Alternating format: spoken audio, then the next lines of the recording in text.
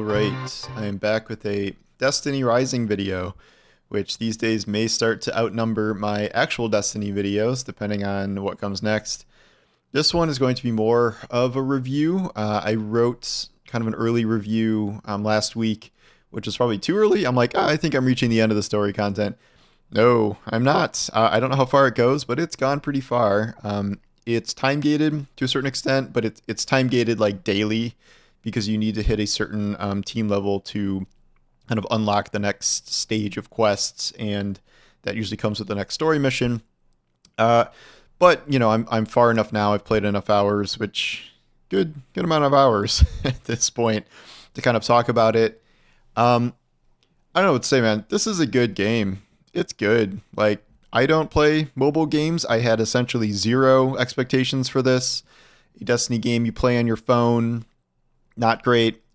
There was a learning curve to try and, play it that way. You can emulate it, which has decent mouse and keyboard support, I think. You can play it on your phone, which kind of sucks. Like, I would never play this with touch controls. Even playing with the controller on my phone is annoying.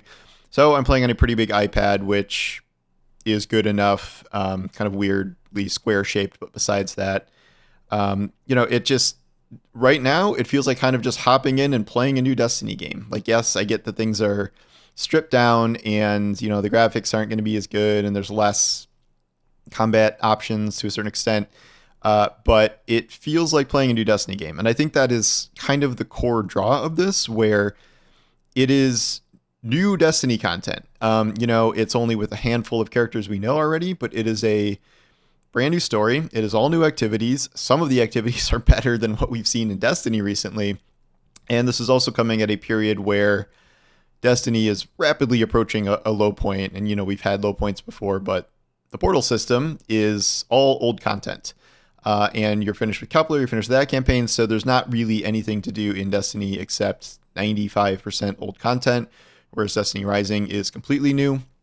I have been impressed with gunplay and moment-to-moment gameplay, just based on how it controls with controller. At least I heard it's okay on mouse and keyboard, where it feels like Destiny, a little bit clunkier of a version, but you can kind of ignore that and get over that.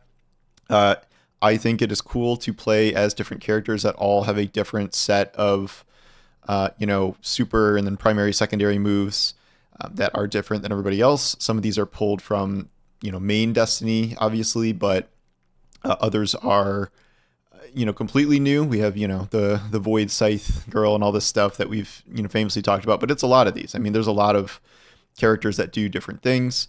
They try to put spins on things, like the Tan 2, the Fire 5-star, has Well of Radiance and a healing rift, so you're like, oh, he's a warlock. But then he has this ability where he switches to like a Hyde version of his Jekyll. Wait, Hyde's the bad one, right?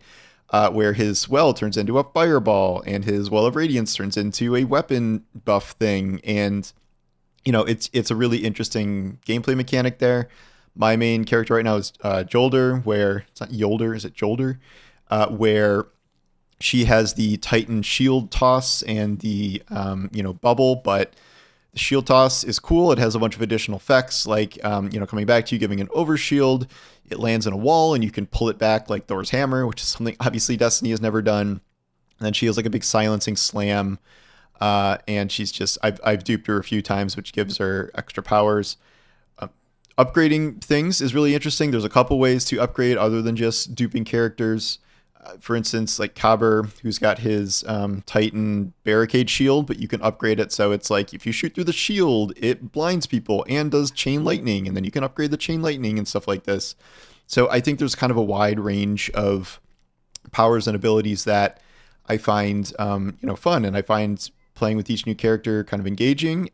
Even your base character, Wolf, may get outclassed eventually, but they're fun to play, and I think they're pretty good. Even, I think people are overlooking some of the 4-stars in favor of these big 5-stars, but there's some good ones, like Kaber especially is very good. So don't, discount investing in other characters. I just unlocked a thing where it's like, this isn't the only game that does it, but like the Assassin's Creed Brotherhood, like send your team out on missions for X amount of hours thing to like have them bring you stuff back passively.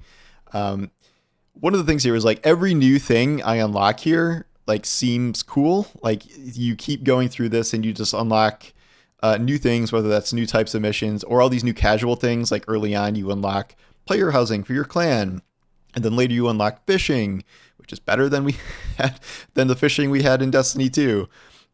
Sparrow Racing is back. There's a card game that is kind of okay, and then there's like some PvP stuff, and then the major activities that you unlock as you go. I really like a lot of these, and one benefit here is that all of these are designed pretty much to be very quick. And this is a mobile game, so the big thing with Destiny right now is like, oh well, if you like solo ops, you jump in and do this thing and hop out again. Even though like long ones where you go through a series of like 10 challenges, like with the 9 or whatever, it's probably not going to take longer than 10 minutes. It takes like 8 minutes. So even that is like shorter than your average Destiny strike. An actual strike is even shorter than that.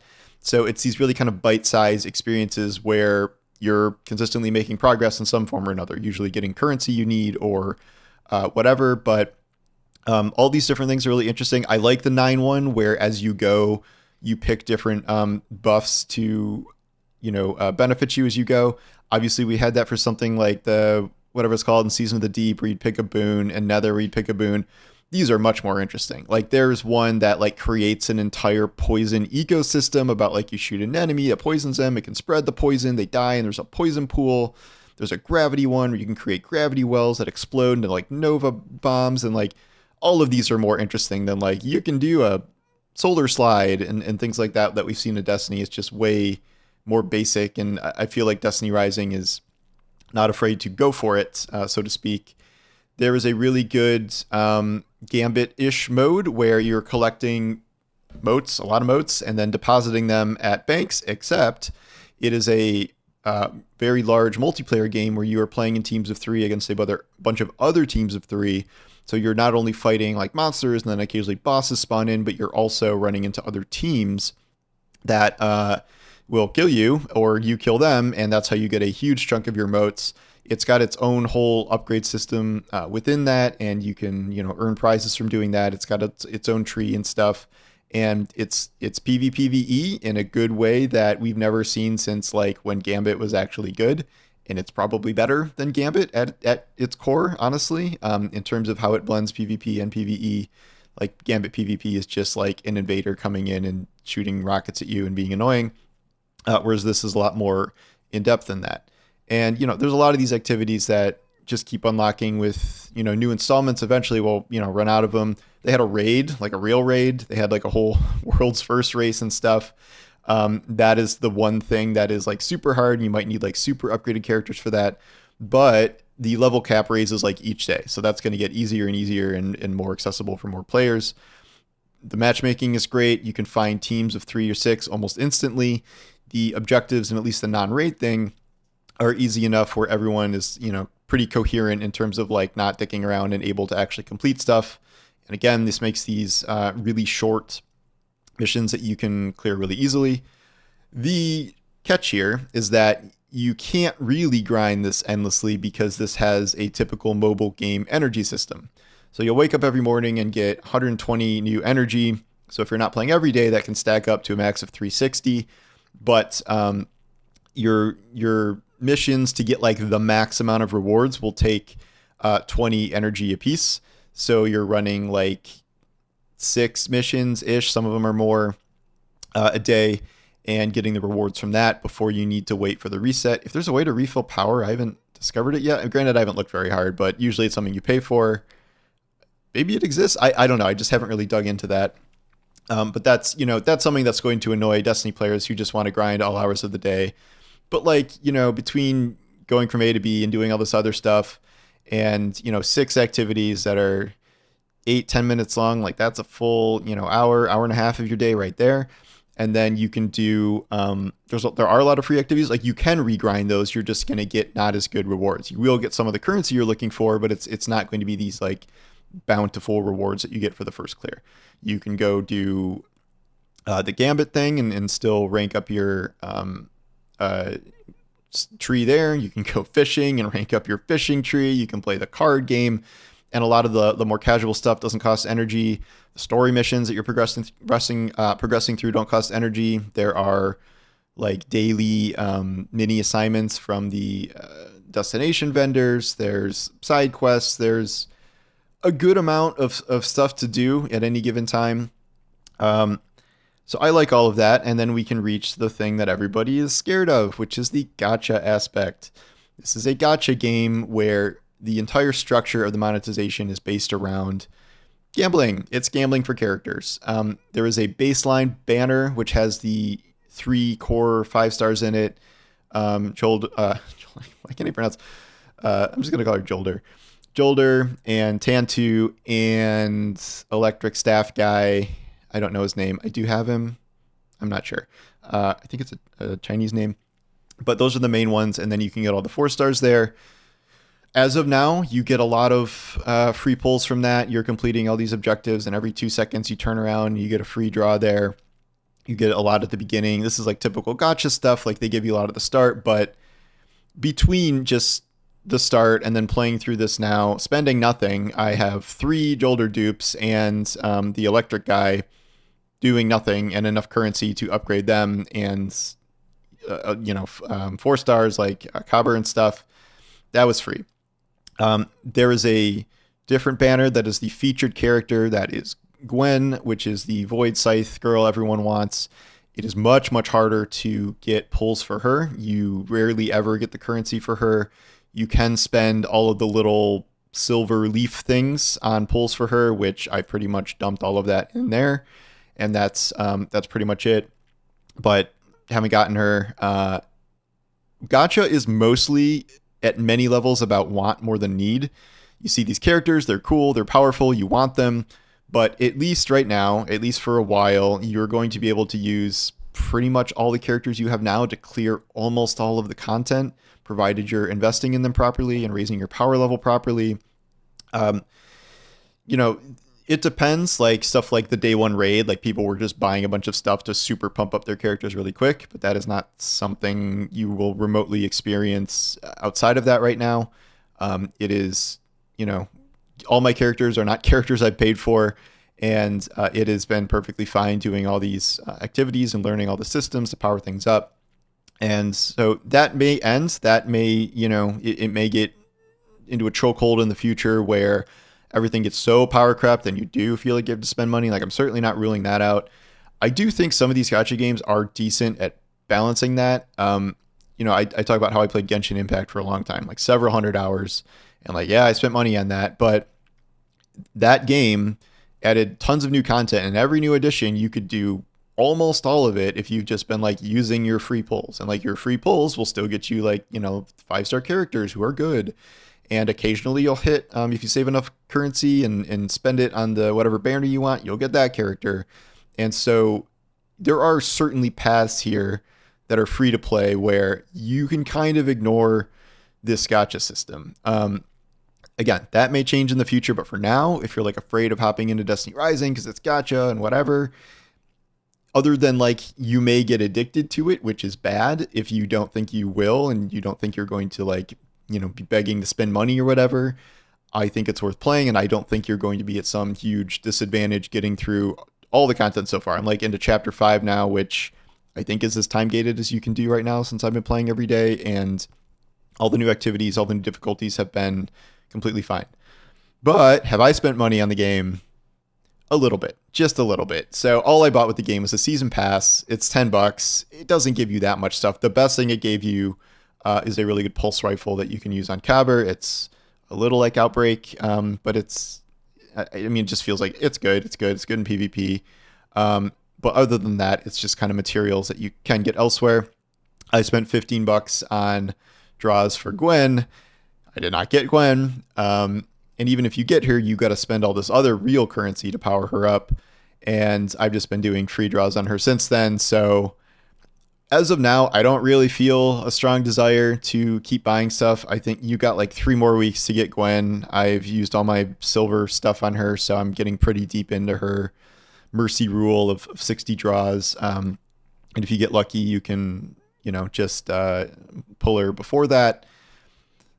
all the pace of acquisition stuff may stop later, but you know, outside of the that's a paltry amount of money for a gacha game like this. I don't feel like I'm getting sucked into the rabbit hole of like I got to spend a ton of money on this. You know, if they introduce all these really super awesome new characters, these cool kits and stuff, like, yeah, well, we'll talk about that then. But again, I don't think you're going to need those characters for many different things. We'll see. You know, new content's going to be added. I just got some sort of like, it's like a champion sort of system where you need to use a specific type of weapon to break their shields efficiently, which only certain characters can do certain type of weapons and can do certain types of elemental damage. So maybe it's going to get, you know, complicated enough where you're going to need this specific character that you can't get as a 4-star or a easy 5-star draw or something. But it's too early to tell that. All I can say now is that this is a good, fun Destiny game, and it introduces a lot of cool activities, many of which are cooler than what we've seen in Destiny, even in its elaborate seasonal models. And then it has a ton of features that you're just like, why doesn't Destiny do this? Like, this has a photo mode. This is a system where you click on a currency and it will take you to the place that you get that currency instantly and you play it. Like, that's a kind of a gotcha thing. But it's so many more logical decisions. I did skip over the story. I think it's not very compelling at first, but the deeper I get into it, the better it is. The character quests are really good, and now that I'm in this third zone or whatever, and the Cabal and Vex have shown up, there's some pretty interesting things happening here, and you meet some existing characters you like and stuff. So I'm curious to see where it goes. Like, it's certainly not, you know, the best Destiny narrative I've ever heard, but it's solid enough, and you know, Lord knows we're not getting any story in Destiny 2 right now. So I recommend it. Like, unless you have a gambling problem, I'd recommend playing it at least for now. You can experience a large chunk of the game, the whole progression through all of these different activities they'll unlock. You can check them out. You can check out the quality of life features that you will quickly wish Destiny had, the casual games that are kind of goofy but fun. And then if it gets too annoying, if it gets too gacha-y, if you feel like you're pressured to spend money, quit. Who cares? Whatever. There's, you know, Destiny is going to put out new content. There's other games to play. I'm going to be playing Borderlands in 10 days, and I will probably not be playing this for a while. You know, there is like FOMO in this if you miss banners and you're way behind and stuff, but it's not that big of a deal. You can just kind of catch up whenever. And when you log back in, they'll probably give you a bunch of free shit. So anyway, that's my current thoughts on Destiny Rising. I'll have more in the future. Again, I'll maybe like a week or so left on playing this like intensely, but for now, that's what I think. So thank you for watching, and I'll talk to you soon. Take care.